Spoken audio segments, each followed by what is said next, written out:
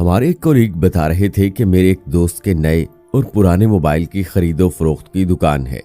एक दिन उस दोस्त के पास उसकी दुकान में बैठा था कि एक मॉडर्न सी खुशशक्ल लड़की अपनी माँ के साथ मोबाइल लेने आई। एक प्राइस रेंज बताकर पूछा कि इसमें अच्छा मोबाइल कौन सा है जिसका कैमरा, मेमोरी और स्पीड अच्छी हो। मेरे दोस्त ने पूछा कि पहले आप कौन सा मोबाइल इस्तेमाल कर रही थी और तब्दील करने की वजह, मजीद ये कि आपका इस्तेमाल क्या है, ताकि उस लिहाज से आपको बेहतर मोबाइल बता सकूं। उसने पुराना मोबाइल दिखाते हुए कहा कि पहले सैमसंग का ये मोबाइल है और हेल्ड हो जाता है, इसलिए कोई नया लेना है। मजीद कहा कि ऑनलाइन एग्जाम हो रहे हैं, यूनिवर्सिटी की तो अच्छी स्पीड वाला चाहिए।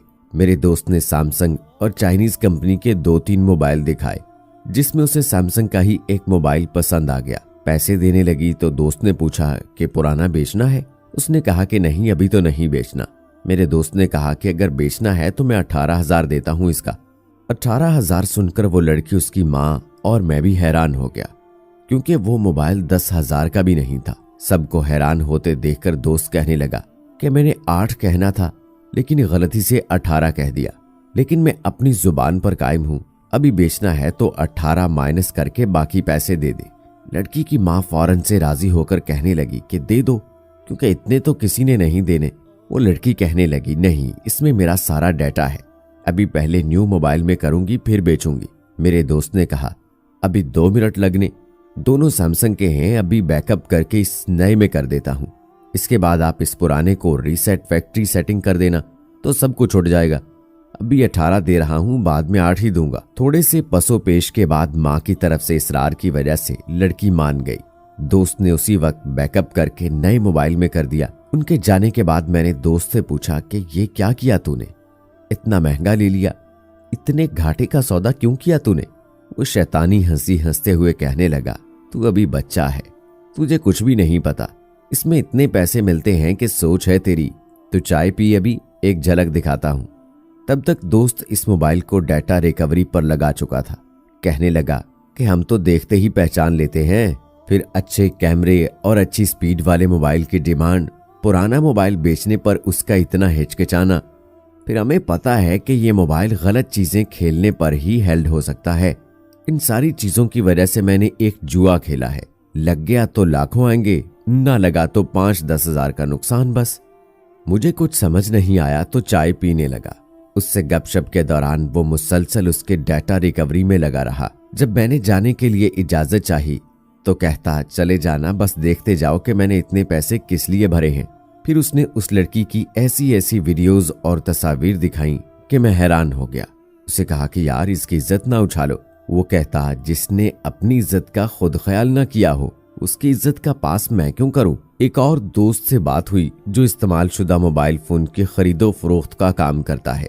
मैंने पूछा कि इस काम में इतनी बचत कैसे है, जबकि एक दिन में 2-4 मोबाइल से ज्यादा की तो खरीदो फरोख्त नहीं हो पाती।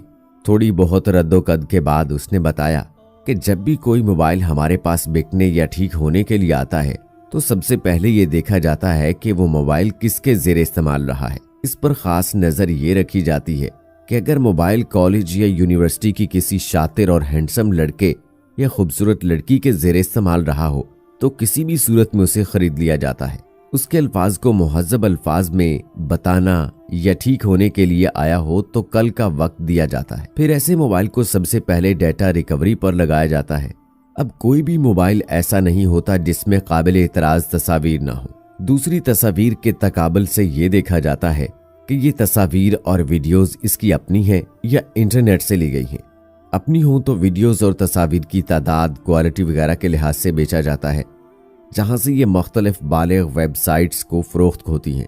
मजीद उसने बताया कि जब भी आप मोबाइल ठीक करवाने जाएं तो चाहे छोटा सा भी मसला हो, यही कहा जाता है कि कल ठीक होगा। वजह यह होती है कि जब कोई मोबाइल बेचने आता तो अक्सर सबको उड़ाकर और रीसेट करके लाता है, जिसकी वजह से डाटा रिकवरी थोड़ी मुश्किल होती। मगर जो ठीक करवाने लाए उसका तो फौरन सब कुछ सामने आ जाता है। फिर यह भी मालूम होता है कि मोबाइल किसके ज़ेरे इस्तेमाल है, वहां से ये अक्सर हाथ लगता है। उस दोस्त के बकौल शायद ही कोई मोबाइल वाला हो जो ये ना करता हो, वरना सब ने ही महंगे महंगे डाटा रिकवरी सॉफ्टवेयर खरीद रखे होते हैं। इस सब का हल क्या है?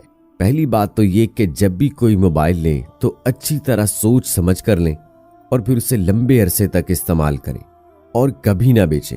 बेचना नागुज़ीर हो तो फिर कम से कम 4-5 मरतबा उसको मुख्तलिफ गैर ज़रूरी फाइल से भरें और रीसेट करके सब कुछ उड़ाएं। 5 दफ़ा ऐसे करने से बहुत कम ऐसा चांस होगा कि कुछ मिले, और अगर कुछ रिकवर हो भी गया तो दूसरी फाइल्स इतनी ज़्यादा होंगी कि उनमें से असल को ढूंढना नामुमकिन नहीं तो बहुत मुश्किल ज़रूर होगा। कभी मोबाइल ठीक करवाना पड़े तो पास खड़े होकर करवाएं, और जो कहे कि कल ले जाना उसे हरगिज़ न दें। कहिए कि कोई पुर्जा मंगवाना पड़ेगा तो उसे कुछ एडवांस रकम देकर कहीं के मंगवा ले, मैं कल आ जाऊंगा। लेकिन इससे भी ज़्यादा अच्छा ये है कि ऐसा कुछ बनाएं ही ना और मोबाइल को पाक साफ रखें। अगरचे ये आजकल के दौर में बहुत मुश्किल है कि कोई इस पर अमल पैरा हो। और आखिरी और सबसे अहम गुजारिश नौजवानों के वालिदैन से है, आपकी औलाद 14-15 साल की उम्र में ही जवान हो जाती है और जवान होते ही जिनसी ज़रूरत को पूरा करना चाहता है, चाहे वो लड़का हो या लड़की।